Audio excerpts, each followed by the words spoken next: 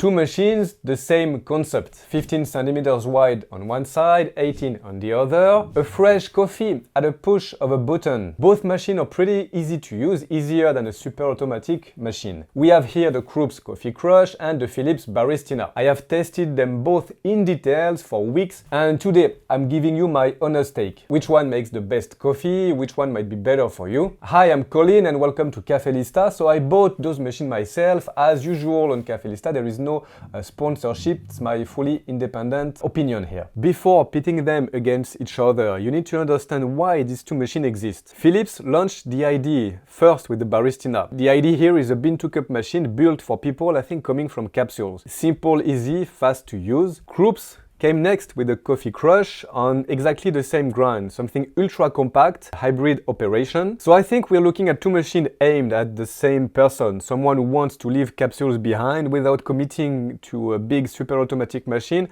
and without getting lost in technical settings. But which one is the best? Let's go see that in details. Right, number one, design and footprint. So first point, the footprint. That's, I think, the number one argument for these machines. Both are compact, really compact, and I would say they're fairly good looking. The Baristina has a clean, minimal design that sits nicely in a kitchen, I think, where the Coffee Crush plays in the same category with a mate backlit panel that I really like. But it doesn't have a portafilter like the Baristina. So size-wise, they're actually pretty close. 15 centimeters for the Coffee Crush, 18 centimeters for the Baristina. So 3 centimeters difference, that's really not a lot. They are extremely small. Now the build, both are plastic, which is normal at this price, but the Baristina gave me a feel that is noticeably light. The base is lighter, the plastic doesn't feel really solid. The Coffee Crush felt a little bit more solid and more sturdy. One point for the Baristina though, the gesture. Well, it comes also with a limitation, but it's interesting. You set the portafilter on one side and then it slides over the coffee spout on its own. It's fun, my kids loved it, but it raises a question about the long-term durability with the moving system. The KRUPS Coffee Crush goes also with touch button instead of traditional button. They are quite sensitive, you really have to brush them, not to press them strongly. And it doesn't have a portafilter, it's some of drawer that you're gonna take out and clean every time. We'll talk about that in details after. So for me, round number one, KRUPS win on the footprint and also on the build quality. Round number two, the coffee. This is the point, of course, that matters most. Do they make good coffee? Let's start with the Baristina. I measure the dose usually between 10 and 11, 12 grams of coffee with the extra option. That's okay on paper. So the problem here is mostly the grind. The Baristina has a ceramic burr grinder, but it's fixed. That means there is no adjustment at all. All the grind comes out usually for me a little bit too coarse for espresso. And we can't change that. The machine chooses its own settings.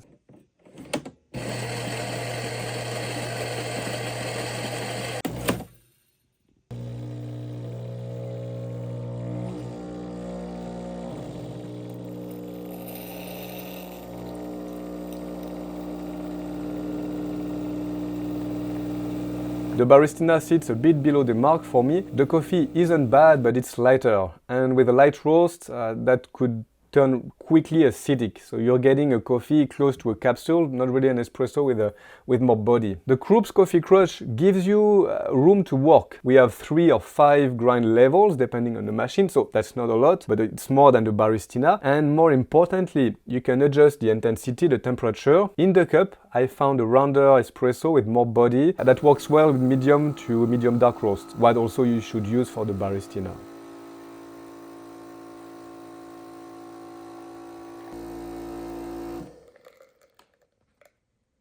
The difference for me is fairly clear. Neither one makes a true manual espresso, of course, and don't expect that. But the Coffee Crush lets you correct things a little. The Baristina asks you to trust its factory setting, and that's it. Round number two, for me, KRUPS win fairly comfortably.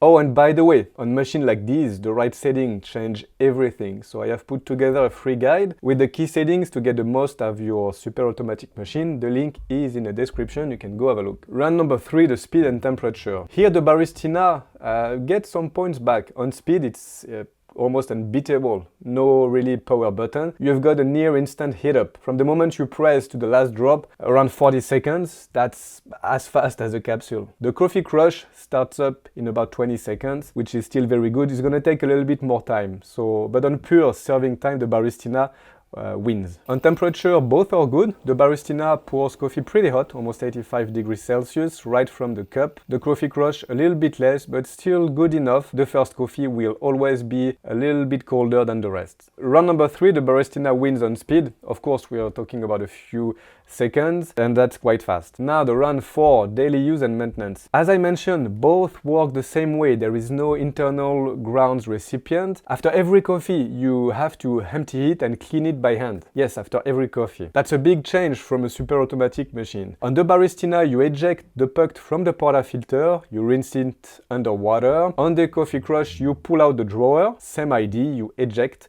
rinse. So it's really the same logic, same constraint. It's good because you have to clean it all the time. That means there is no damp grounds coffee sitting inside the machine, no mold. The downside, and it's true for both, of course, you can't really make coffee back to back without handling something in between, cleaning and drying. For 1 or 2 people, that's okay. For a family pulling 6 coffees in the morning in a row, neither of these are really practical. 2 shared limitation, no built-in water filter. It's okay, but just remember to use filtered water, and don't skip descaling. It's extremely important on those machines. Round number 4, it's a tie for me. We have the same hybrid philosophy, same strength and limits. For me, I prefer the system of the KRUPS with the drawer. The portafilter is nice, it's moving on its own, but it's raising question about the longevity. Round number 5, the price and the range. On the price, it's tight. Usually the Baristina is a little bit cheaper than the KRUPS Coffee Crush, but pay attention here, because the Baristina range has grown a lot. There is now a variety version with a double bean hopper. We have a latte version with an integrating steam wand, and it's the same for KRUPS. There are different options with a steam wand also for the latte. So round number 5 is slight edge to the Baristina on the price.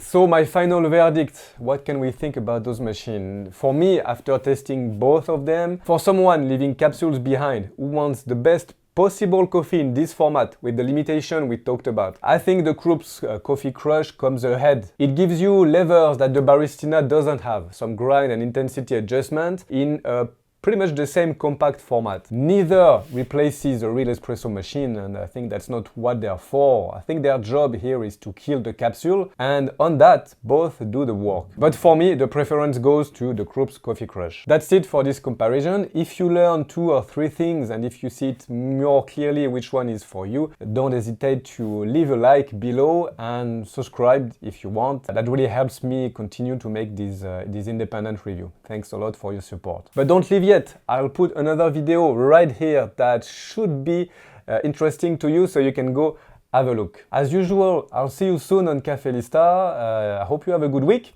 Ciao.